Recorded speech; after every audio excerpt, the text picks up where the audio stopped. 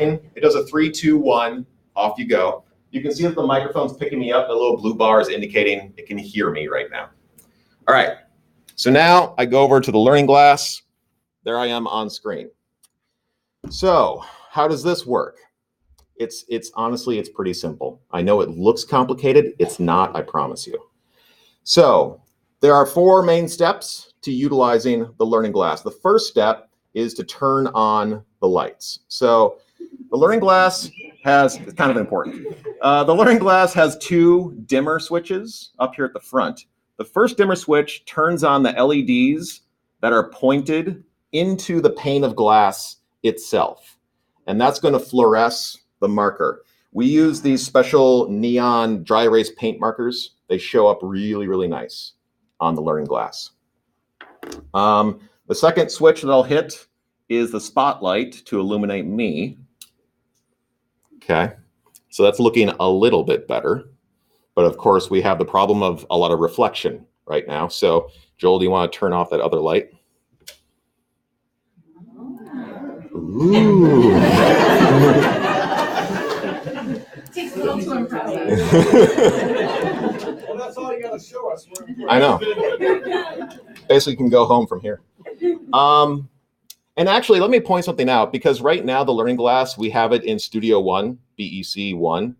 However, the developer of the learning glass is a physics professor from San Diego State University, and he uses the learning glass in live classrooms. He actually does not put it in a studio. He does it like I'm doing with you right now. And that's actually a really intriguing way to use it, because if you think about delivery types like my choice, utilizing something like this would be pretty cool. So maybe down the road, that's something that we can potentially explore. Now, the way in which this is used. I already did the first step, which is we turn on the LEDs and turn off the lights, turn off the room lights.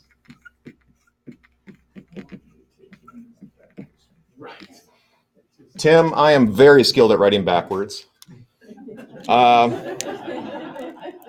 Now, how does that work? The way it works is that this camera is connected into this little red box here on the tripod. That red box's purpose is to flip the image horizontally live. UW Stout has a learning glass. The way that they do this is they point their camera into a mirror to get that effect, but we just utilize this box that came with our system. So either way, gets the same effect. So up there on the screen, it's all written the proper way. So we turn it on. Okay, so again, I want you to imagine you're going to use the learning glass. You go into Studio One, turn on these 2 little switches. I would keep them at their lowest setting. If I crank up the LEDs super bright, it starts to kind of look like a crime scene with all of this weird ghosting effect going on. It doesn't need to be super bright. If I turn it down to its lowest setting, not only does that messiness go away, but the colors come through better as well. So you don't need to crank that up. Same thing with the spotlight. If I crank it super bright, I'm going to get washed out. So you can keep that low as well. Okay. So I turn on the LEDs. I turned off the room lights. Next step.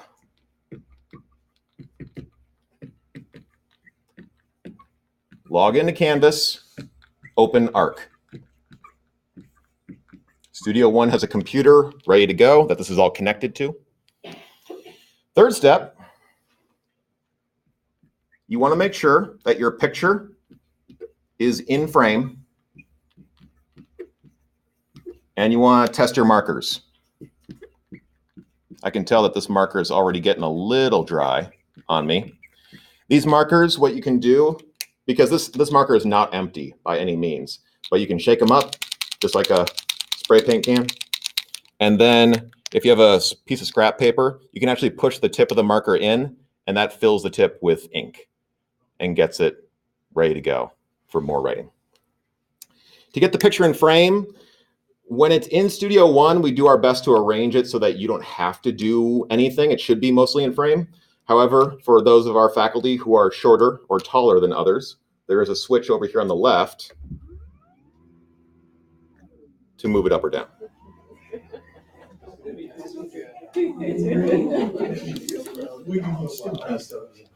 Okay.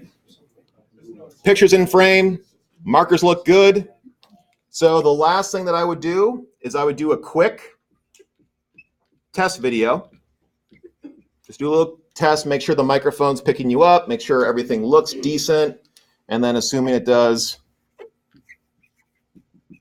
begin recording. Which is what I did right before I got over here. So that's it. You start up your recording, you go through your lecture, you're annotating over here. You could, if you wanted to, get some graphics up here before you start. That's what I did because I know if I try to draw the Canvas logo live, it's going to look like a disaster. So I just did that beforehand. And it's a good idea to plan out what you are going to write before you get started. Maybe have some notes up here on the tabletop so that you know exactly what you're going to do. And if you expect that you're going to go through multiple glasses worth of notes, you can plan that out ahead of time. And you'll know that, okay, once I fill this up, I'm going to stop the recording, save that video. Let's go do a new recording with a fresh piece of glass, right? And I got this question in the last session, does it really erase? Yes, it does really erase. So I will say, though, that it does leave a little bit of like clown confetti over here on the tabletop. So just be aware of that. Okay, so I'm going to finish my recording. I just hit finish.